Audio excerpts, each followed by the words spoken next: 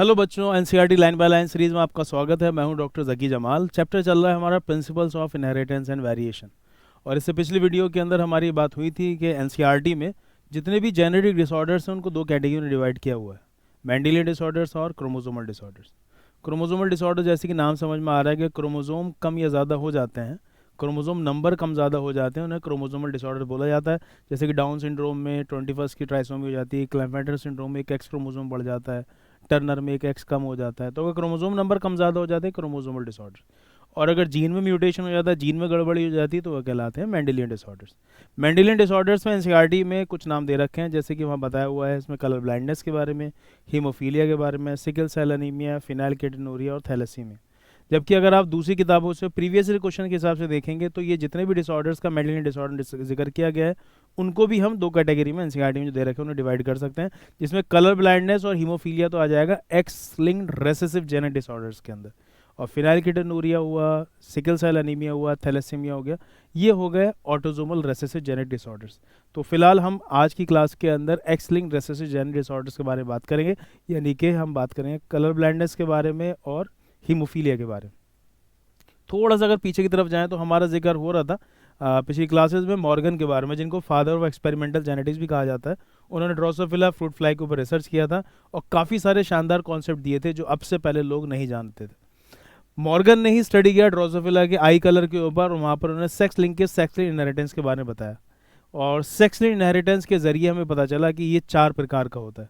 ऐसा भी होता है कि कुछ कैरेक्टर्स हैं जो कि सेक्स क्रोमोसोम पर मौजूद होते हैं, एक्स या वाई क्रोमोसोम के ऊपर, और उनका ट्रांसमिशन ऐसे होता है कि male to male via female, यानी कि वो character male to male via female, यानी कि जैसे कि मैं एक लड़का हूँ तो मेरे अंदर ये कैरेक्टर आए होंगे मेरी अम्मी से, और अम्मी के अंदर वो कैरेक्टर आए होंगे उनके पापा से, यानी कि कुछ कैरेक्टर नाना से नवासे में ट्रांसफ़र हुए हैं उनकी बेटी के जरिए, यानी मेरे अंदर मेरे नाना के कैरेक्टर आए हैं मेरी अम्मी के जरिए। ये male to male via female.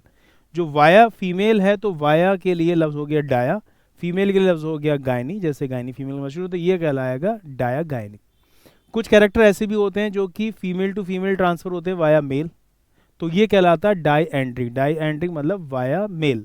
इसको हम ऐसे कह सकते हैं जैसे कि कुछ कैरेक्टर मेरी सिस्टर के अंदर आए होंगे मेरे पापा के ज़रिए, तो पापा से सिस्टर के अंदर आए हैं और पापा के अंदर उनकी अम्मी से आए होंगे, यानी कि दादी से कुछ कैरेक्टर उनकी पोती के अंदर आते हैं उनके बेटे के ज़रिए, यानी कि बहन के अंदर पापा के ज़रिए कुछ कैरेक्टर आए हैं और पापा के अंदर वो कैरेक्टर आए होंगे अपनी अम्मी से, यानी कि हमारी दादी के ज़रिए।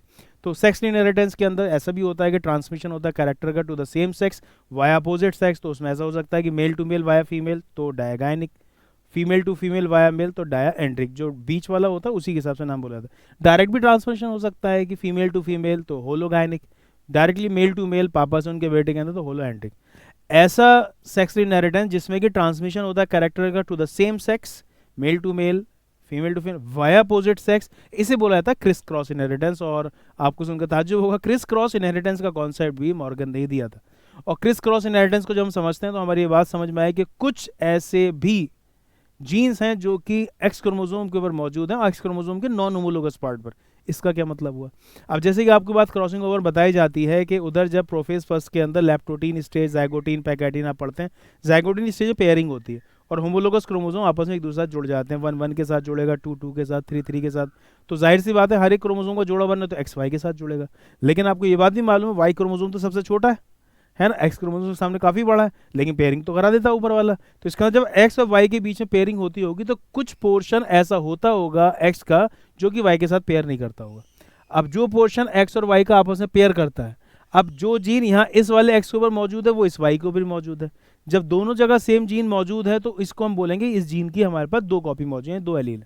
लेकिन जो पोर्शन सेम नहीं है, एक्स का जो पार्ट वाई पर नहीं है, वाई का जो पार्ट एक्स के होमोलोगस नहीं है, इसका मतलब उस जीन की एक ही कॉपी होती है। अब ऐसे में दिक्कत ये है कि अगर वही जीन गड़बड़ हो जाए कि जिसकी होमोलोगस पेयर दूसरे क्रोमोसोम पर मौजूद नहीं है तो उसमें उसका इफेक्ट नजर आ जाएगा। मेरा कहने का मतलब सिंपल सही है, जैसे एक्स और वाई क्रोमोसोम बीच में पेयरिंग हुई लेकिन एक्स का साइज काफ़ी बड़ा है वाई के कंपैरिजन में, तो कुछ जीन एक्स के ऐसे हैं जिसकी कॉपी वाई के ऊपर मौजूद नहीं होती है। तो यानी हम ये कहेंगे वो जीन एक्स क्रोमोसोम के नॉन होमोलोगस पार्ट पर मौजूद है।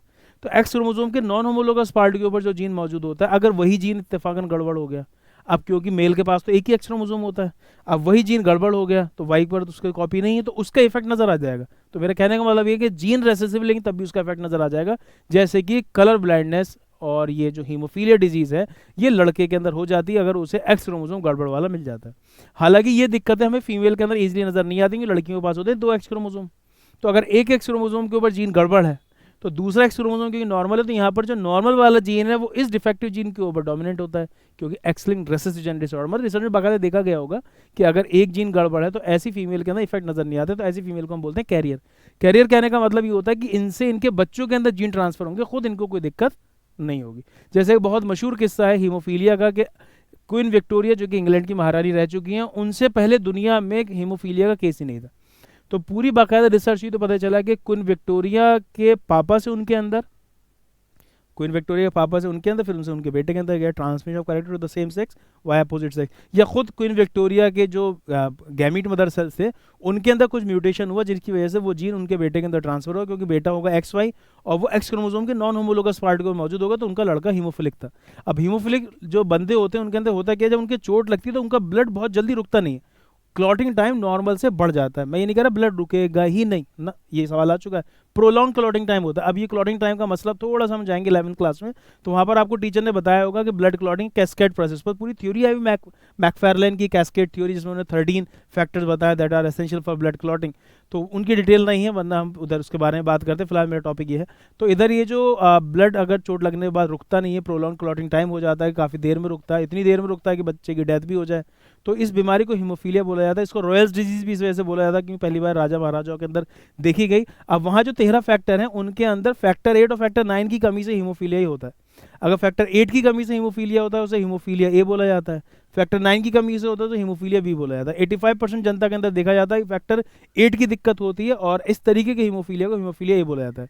फैक्टर 8 फैक्टर 9 अगर ना हो बॉडी के अंदर तो उसकी वजह से अल्टीमेटली होता ही है कि प्रोथ्रोम्बिन एक्टिवेटर नहीं बन पाता है। अभी प्रोथ्रोम्बिन एक्टिवेटर क्या, थोड़ा सा आपको 11वीं क्लास में ब्लड क्लॉटिंग रिवाइज करना पड़ेगा, वहाँ पर आपको बताया जाता है कि जब चोट लगती है तो हो सकता है कि ब्लड वेसल इंजर्ड हो या फिर हमारे बॉडी टिश्यूज डैमेज हो।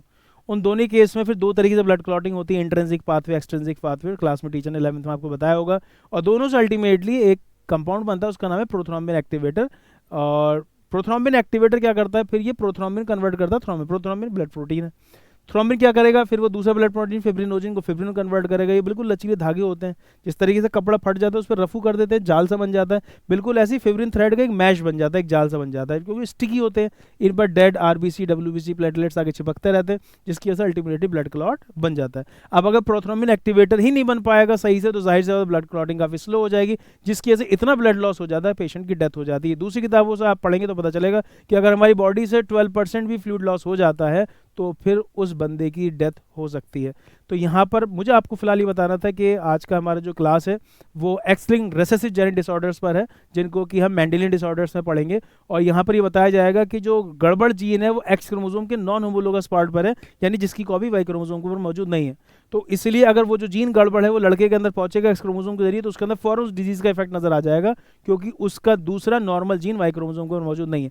हालांकि लड़कियों के अंदर अगर ये जीन पहुंचता है तो उनको दिक्कत फौरन नहीं होगी, क्योंकि जो डिफेक्टिव जीन है उसके ऊपर दूसरे एक्स क्रोमोसोम पर मौजूद जो नॉर्मल जीन है वो डोमिनेट कर जाएगा। हालांकि थोड़ा सा एक्सेप्शन बायोलॉजी देखने को मिल जाता है। हीमोफीलिया केस में यह है कि अगर दोनों एक्स क्रोमोसोम के ऊपर डिफेक्टिव जीन मौजूद हो तो ऐसी लड़कियां सर्वाइव नहीं कर पाती, उनकी यूट्रस में ही डेथ हो जाती है। तो इसलिए आपको हीमोफीलिया केस अगर कभी लाइफ में जब इंशाल्लाह मेडिकल कॉलेज पहुंचेंगे तो आप ये देखेंगे आपको हमेशा मेल ही मिलेंगे, और ऐसा हो सकता है कि इन्वेस्टिगेशन कराएं तो आपको कैरियर फीमेल मिल जाए, या फिर अगर लड़के को हीमोफीलिया है तो ऑफकोर्स उसकी मदर कैरियर रही होगी, तो कैरियर फीमेल से उनका बेटा हीमोफिलिक हो सकता है, यानी आपको हीमोफिलिक मेल मिलेंगे या फिर कैरियर फीमेल लाइफ में देखने को मिलेंगी। हीमोफिलिक फीमेल देखने को नहीं मिलेंगी, क्योंकि दोनों एक्स क्रोमोसोम के अगर डिफेक्टिव जीन मौजूद है, यानी दोनों पापा मम्मी के अंदर अगर हीमोफीलिया था, तो ऐसे केस में ऐसी लड़कियां सर्वाइव कर ही नहीं पाती। ठीक है। दूसरा इसके अंदर कलर ब्लाइंडनेस, इसका डिफेक्टिव जीन भी एक्स क्रोमोसोम पर मौजूद है। कलर ब्लाइंडनेस का मतलब ये कि आदमी डिफरेंशिएट नहीं कर पाता है कलर में, जैसे बहुत कॉमन सा रेड ग्रीन कलर ब्लाइंडनेस, तो रेड ग्रीन कलर में वो डिफरेंशिएट नहीं कर पाएगा।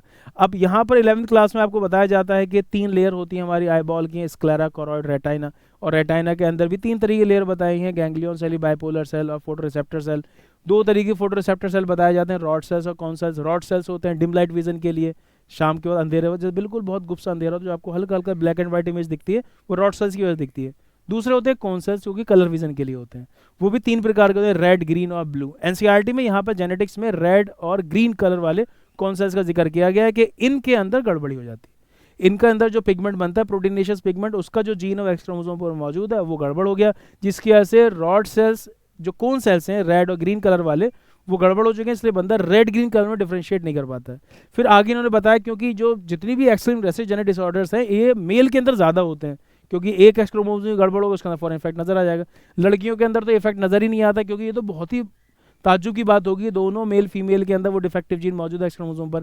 ऐसा तभी हो सकता है जबकि खानदान में शादी हुई है। कॉन्सेंग्यूइनस मैरिज नॉर्मली सारे रिलीजन में नहीं होती, मुस्लिम्स में हो जाती है। तो आपको ये x linked recessive genetic disorder same दोनों माँ बाप के अंदर तभी देखने को मिल सकते हैं जबकि दोनों लड़के लड़की एक ही खानदान को बिलोंग करते हैं। मुझे फिलहाल ही बताना कि कलर ब्लाइंडनेस के अंदर दोनों एक्स क्रोमोसोम के ऊपर डिफेक्टिव जीन आ जाता है लड़की के अंदर तो उसको कलर ब्लाइंडनेस हो जाएगी। ऐसी लड़कियां मरती नहीं है क्योंकि इसका कॉम्बिनेशन लीथल नहीं है, हीमोफीलिया वाले केस में लीथल है। इधर एनसीईआरटी यही बताया गया है कि दुनिया के अंदर रिसर्च करके पाया गया, जो डेटा लिया गया 8% लोगों को कलर ब्लाइंडनेस है मेल्स के केस में, और लड़कियों के अंदर फीमेल में केवल 0.4%। तो कहाँ 8%, कहाँ 0.4%। तो इतना ज़्यादा डिफरेंस इसीलिए क्योंकि X linked recessive genetic disorder male में ज़्यादा कॉमन होते हैं और फीमेल थोड़े से कम होते हैं।